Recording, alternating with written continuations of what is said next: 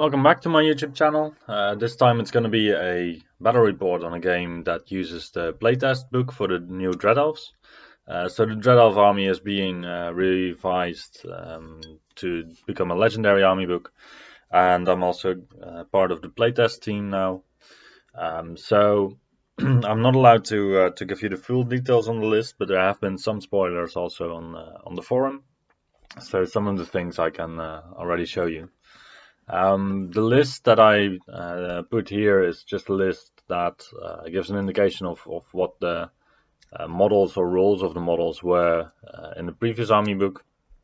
So I'm just trying to communicate this to you without giving too much away that the rules team is going to get angry with me. So this is the army list. Yeah, you have repeater auxiliaries in a bit bigger units. Witch elves in core again. There's some dread judges, some tower guards. I just made an infantry list because I wanted to try this out, and I have some bolt thrower support in there. Then the army list of my opponent is going to be highborn elves this time. So he actually also brought an infantry focused army list, so that is quite interesting to compare the highborn elves against the dread elves. So he has a High Prince with the Sliver of the Blazing Dawn and Protection of Dorak. He has a BSB, who is the Master of the Canray Tower, so he has quite limited magic. But, well, with Highborn Elves you can pull this off because you get the Hereditary, you have the Healing Waters, you have, there was one, Awakened Beast, and the Oaken Throne. So basically that is just enough to get casting if you are willing to just cast your Hereditary every single turn. But with an infantry focused army list, that is quite okay because saving all these wounds on these highly valuable models is really insane. Yeah, then for the army list itself, he has Citizen Spears and Core mostly. He has two small blocks of Flame Wardens, a big block of Lion Guard with the Aether icon, and then otherwise he has some support pieces, being mostly the Chariot. Then we have a picture of the army as I played it. It's a little bit of a low-res picture, but I'll make sure that I get some better pictures once I finish painting the entire army. And then we can go into the battle. So we were playing Dawn Assault with Breakthrough. I think this is quite an okay scenario generally for Dread Elves because it is, in the end, quite an aggressive army, and you can also see it in the army design once it's on table. You have some special rules in the army that I'm gonna try to not spoil, but they really support the aggressive play, and some of these have already been spoiled on the forum. So one of them is that the bolt throwers, they are gonna be changed to get a role where they, oh well, for now in the legendary army book that is being playtested, they have a role where they can advance up with the army and still shoot. But they're limited by only 24 inches of range. So yeah, it is really offensive. You really have to push in order to get things done. And yeah, against some armies it's gonna work really well, and against some other armies it's not gonna work that well, I think. Just because you have to be really aggressive with really vulnerable pieces. So in this setup, I kind of build a setup where you still have a lot of bodies on the table for the Red Elves. Because in total I have more than 100 wounds in the army, which is already a challenge for Dread Elves if you go monster heavy or if you go... yeah, there's a lot of different directions you can go that result in you not having a lot of troops on the table. So if you mount your characters also on big mounts, or if you take a lot of characters and spend all of your character points, then you'll find yourself probably with not too many wounds in the army itself. Yeah, so then about what we're doing here a bit more. So we are deploying one by one. I was quite tempted to just deploy everything and go first. But yeah, you don't really know yet where your opponent's stuff is going to come. And yeah, these chariots, they really bug me a little bit. Like, if I deploy everything and my opponent can just put the chariot somewhere, then that's an easy counter deploy. Yeah, and then in this game in particular, we have a hill in the bottom left, so the chariots could hide behind the hill, and that makes the bolt throwers kind of useless against the chariots. Was normally they would inflict a lot of damage. So as it stands now, with the 24-inch range on the bolt throwers and the 5-inch move, you have an effective range of 29 inches, and that's a non-linear threat range, so that makes it way more flexible. So you'll often be able to shoot at targets without having any cover.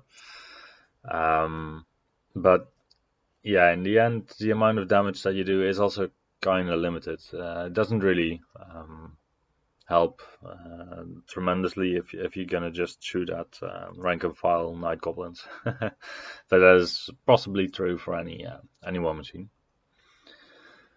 Yeah, so the setup that I chose in the end is the one as follows. So these bolt throwers, they have a little bit of a dual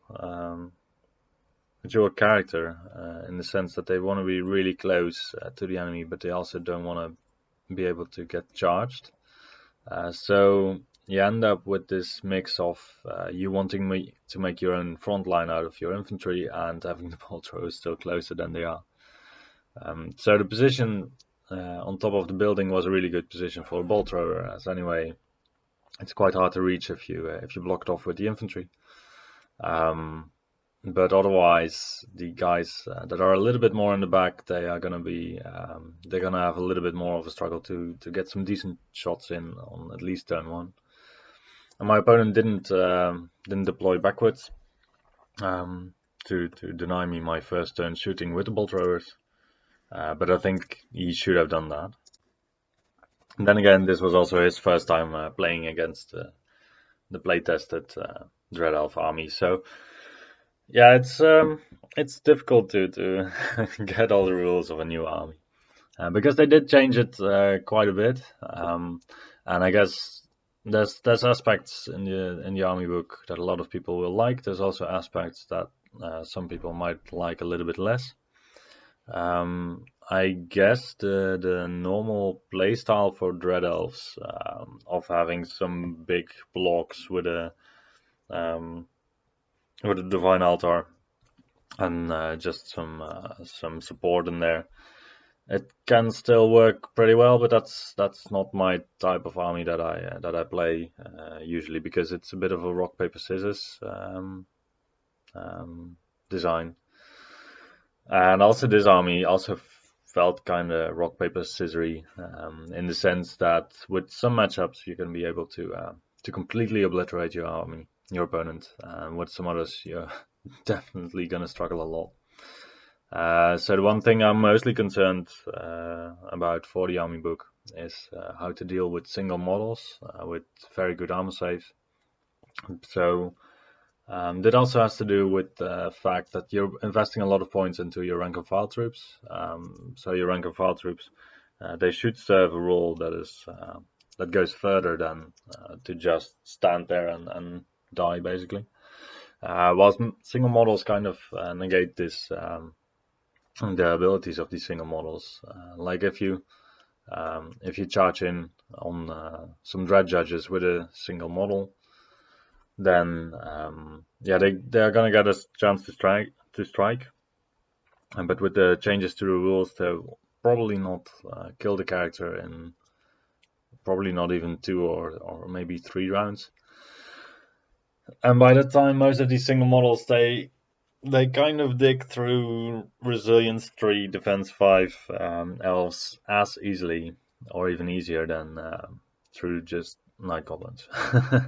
But you are still paying a premium price for these rank and file models. So that is definitely going to be an issue. The army also doesn't have a lot of access to AP10 or negation of armor saves. It does have AP1 and AP2, even some AP3 on some choices. But against 1-up armor saves, you're just not going to do enough damage, I believe. So Empire Knights are going to be a bad matchup. Warriors of the Dark Gods is actually going to be a good matchup because they field limited numbers normally. So you strike first, you strike really hard, and then you basically kill all the enemy troops before they get a chance to strike. So that is probably going to be a bad matchup generally for the Warriors of the Dark Gods, but it was already before. But Empire is definitely going to be a bad matchup for the Dread Elves. Just because you don't have the numbers to get into a sustained fight. Empire does have the numbers to not care about you inflicting some casualties somewhere. So that is definitely going to be a tough nut to crack. Yeah, so the general advance of mine just mostly focused on getting closer. You can also see that the repeater auxiliaries, they move closer and they try to get some shooting in. And the Ravencloaks, they just play a little game on the flanks. So the Ravencloaks on the left, they were actually able to completely shoot out the Reavers and make the Swordmasters panic. So that was a good, a nice little spurt of luck for me.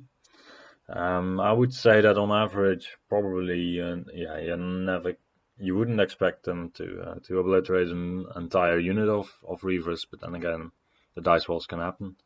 And they still have multiple shots, so they still you still have a bigger spread of possible wound rolls you can do. Like if you only have 5 shots, you can never inflict 6 casualties. If you have 10 shots, you can inflict 6 casualties on a unit. Now in this case, of course, the Reavers only had 5 wounds, but just to demonstrate what I'm talking about. My opponent, he was looking at my list and my deployment at this point, and he was like, how am I gonna do anything against this? Because basically my elves, they are supposed to strike harder in combat, and still the witch elves are at agility 6, so they strike equally at the same time as my opponent. I have witchcraft supporting magic, so I can lower his agility, I can make one unit have random movement. So I can basically dominate the movement game. I basically do already dominate the shooting game by having 3 ball throwers and the 2 shooting units. If you disregard the Grey Watchers versus the Ravencloaks. Yeah, so it seemed a bit of a bad matchup for him. Also, if any chariot charges in somewhere, it is going to get a couple of wounds back probably. But then I'll be steadfast, I'll likely stick, and I'll be able to countercharge him. Now I did find that, well, I actually misplayed my Tower Guard completely there.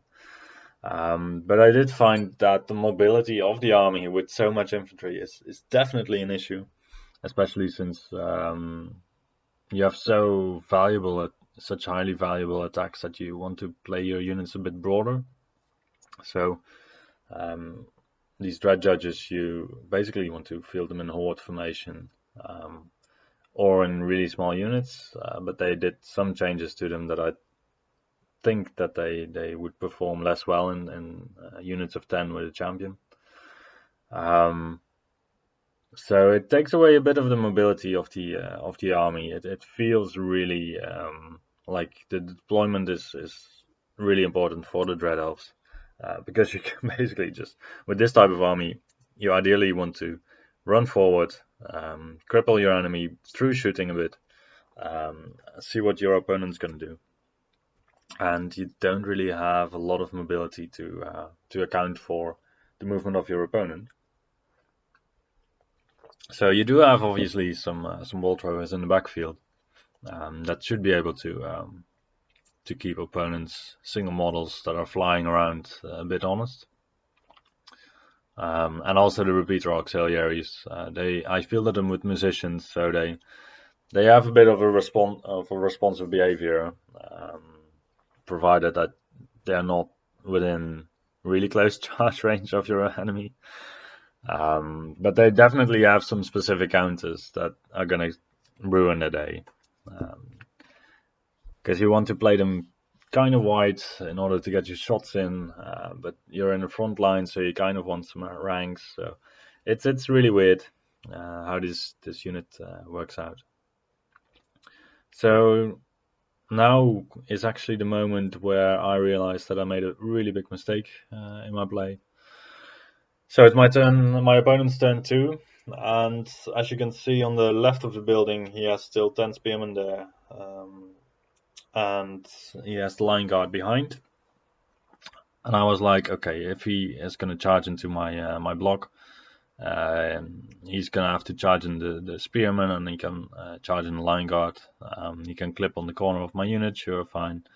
I didn't realize that the line guard was so close to me, and that he could wheel all the way away with the spearman to go to the left side of my unit, and then charge in the line guard face on onto my repeater auxiliaries. And at this point, it was too late to do anything about it. So I could have just moved up to the Spear Elves and made sure that he couldn't make the wheel in order to move the line guard in contact with my unit. I could also have moved backwards, but then you run into the problem that 9th Age generally has, which is that war machines can't flee. So then I allow the Spear Elves to charge into my Bolt Thrower.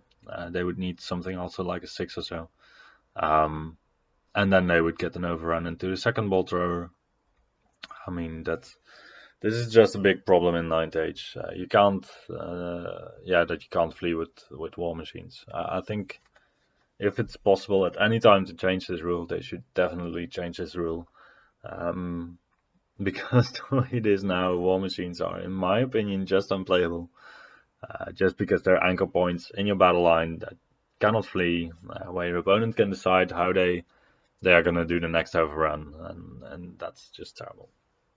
So the mistake that I made was to not advance towards the spearman of my opponent, and also not to cast an agility debuff on my opponent's Lion Guard unit.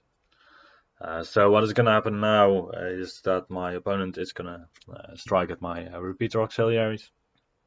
This unit has my Combat Lord in there and my Oracle. So this Combat Lord, this Dread Elf Combat Lord, is really combaty and can fight really well. Except my opponent is charging with his Lord. So he goes to a higher agility, so he strikes first with the Sliver of the Blazing Dawn. You'll likely get 4 hits, which is going to be 8 hits, which is going to be devastating to my character. He had a 5 Abegus Talisman of Shielding on him. But even then, my Lord just died before he could strike, and that made a really big difference in combat rest. And I could have just cast a agility debuff on his unit, or the random movement on the Lion Guard instead of the Phoenix Guard that I actually casted on. The Flame Wardens that I casted on the previous round. But as it was, he just killed my Lord. He still had a block of Lion Guards into some shooting unit.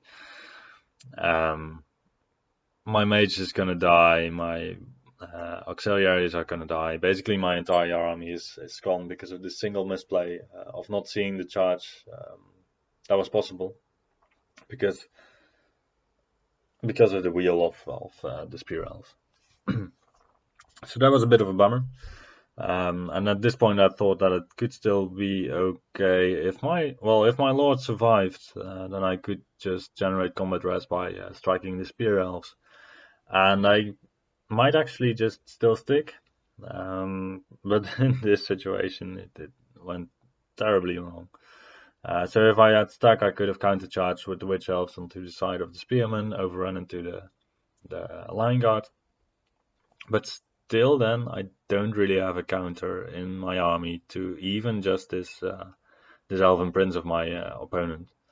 So this is not even a model that is over the top combat character or has insane stuff to upgrade him, even though he does have 4 attacks that normally hit on 2+, wound on 2+, and you get 8 of those, basically. With AP 3 or 4, that's really good. But Yeah, if I was looking at the matchup between his Elven Prince and my guy, so if he charges, he's obviously going to strike first. If I charge, he has a spear, so he strikes first. And then he's going to hit me on 2+ because I have lower defensive than his offensive. Because they did this charismatic thing with some of the profiles where they made it more offensively than defensively. But for this combat lord, in the end, it results in the fact that he hits me on 2+, whilst I'm still hitting him on 3+, because my offensive skill is not high enough in order to hit him on 2+. So that is a bit of a bummer yet. So I think that maybe in future army books, in the future Highborn Elf army book, they should then lower the offensive of the High Elf Prince tremendously, so that they're actually on par. But as it currently is, it doesn't really feel that balanced yet. Because, well, you should have the more combat oriented lord in the Dread Elves, but as it stands, it's not really the case in my opinion. Anyway, so with that loss, I continue as good as I can. So the line chariot on the right gets stuck in the crossbowman. I set up. I should have not changed the orientation of my tower guard, so that I could have charged in this turn. I do get a charge. I do get 2 charges with my dread judges that seem to be quite beneficial. So one of them charges in on the spear elves on the left, the other on the flame wardens on the right. And I'm just expecting to obliterate these both units.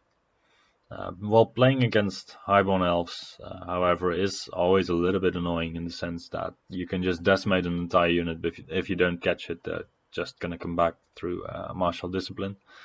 So it's an army that keeps its points really, really well if you have a lot of units on the table.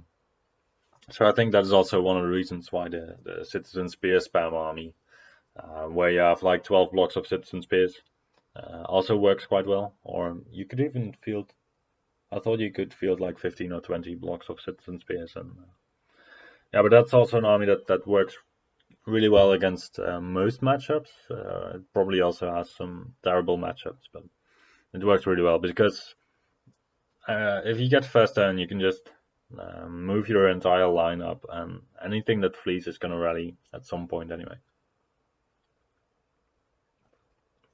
So we go to the combat against the Lion Guard. So the Witch Elves, they do try really hard to cripple my opponent. I think I also had a bit of a bad roll there because I only managed to kill 10 Lion Guard, I think, including a character that should kill 4 on its own, I think, more or less. Then again, this High Elf Prince of his, he just kills 8 Witch Elves. The Lion Guard kill another 5 or 6. Yeah, so that didn't really go well either. So Dread Elves, they are really glass cannons. If your opponent allows you to do the damage that you want to do, then it's terrible for them.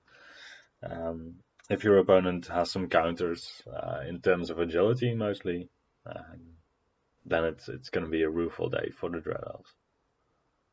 So I think that in a Highborn Elf, the Dread Elf matchup, also the Highborn Elves will likely have the advantage, generally. Yeah, there's some armies that Dread Elves are probably particularly good at slaughtering. I think it's going to be Warriors of the Dark Gods, Saurian Ancients, Beast Herds. Yeah, that's going to be about it.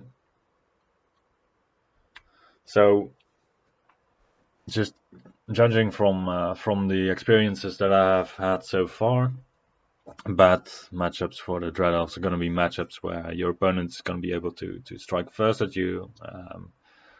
Matchups that have a lot of cowboy models. So, for example, a Warriors of the Dark Gods unit roster that, like the one that I'm going to bring to the Alliance Open event, with 2 characters on Dark Chariots with a 1 of armor save, 4 of Aegis save, And the Barbarian Chief would have won a armor save on the Shadow Chaser and all this stuff with just high armor saves.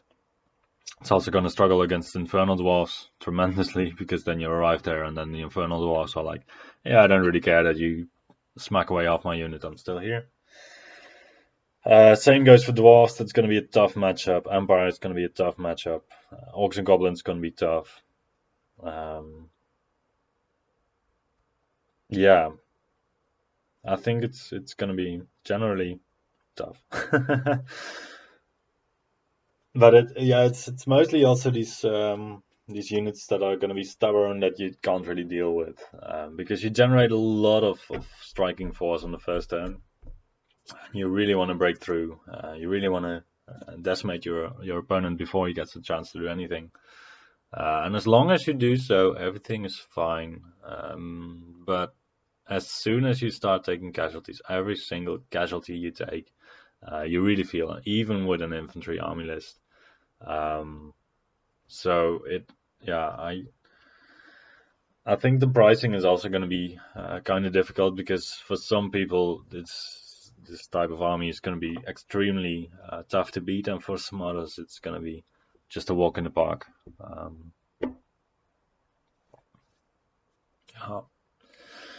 So at this point my opponent is just basically mopping up the remaining pieces. I don't have any mobility in my army anymore.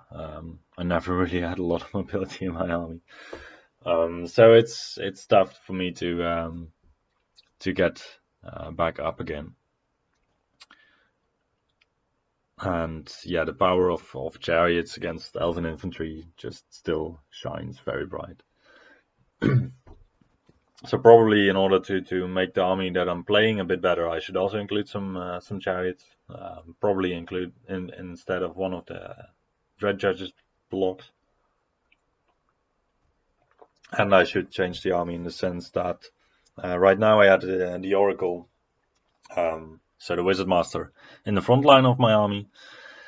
This is not the best position for a naked Wizard Master, so probably she should get some bunker unit in order to be able to hang out in the backlines. Now the funny thing is, with a lot of armies you have these units that are quite good at just staying in the backline. In the Red Elves you don't. So the repeater crossbowmen, the repeater crossbows have already been spoiled to become 18-inch range. So you can't use that as a shooting unit for a Wizard Bunker. I think maybe a good bunker would be a unit of Acolytes, or a unit of Dark Riders actually. But they are quite fragile. Otherwise you could use a unit of Corsairs, because they have a 4-up armor save instead of a 5-up armor save. And also a lot of the units in the roster have gone up to a minimum unit size of 15 instead of 10. So just a bunker, just to keep your wizard in, is getting more and more expensive. So I don't even know if this is going to be affordable enough to get one. Then again, running your Wizard Master just naked around without any mount is going to be dangerous. If you put him on a mount, and he can be seen from anywhere, so that's also going to be dangerous. I don't really know yet what to do with my with a Wizard Master in an infantry game, unless you want to give her Destiny's Call and hope that is sufficient to protect her. Yeah, so this is basically the game. My opponent's just mopping up the remaining pieces of my army. And with all the stuff that is still rallying, I don't get any points for any of the Spear Elves, even though I butchered like 45 of them. Then the Chariots are up to health points where they don't score any points for me. The Line Guard are still having the one member that they needed to deny me any points. So there's a lot of points that I don't get from this matchup, and in the end it's going to be a 19-1 for the Highborn Elves, because they are in my deployment zone. I have nothing left on the table. So that was a bleak day for the Dread Elves. So with that, I wanted to give you a glimpse of the new Dread Elf army book. There's going to be a lot more playtest battles, and they also are being reported regularly on the forums. They really want to get as many battles in as they can, also with people that are not really experienced with Dread Elves, just to get their opinions too. I think it's a book that could get to a good level, but currently it still seems to be lacking a little bit. It is dangerous in some ways, and on paper everything sounds really, really scary. But in the end, it's just resilience 3 elves, and as is quite common in Ninth Age, the army that is still standing at the end is the one who wins, and not the one that's killing the most guys. Thank you for watching, and I'll see you the next time.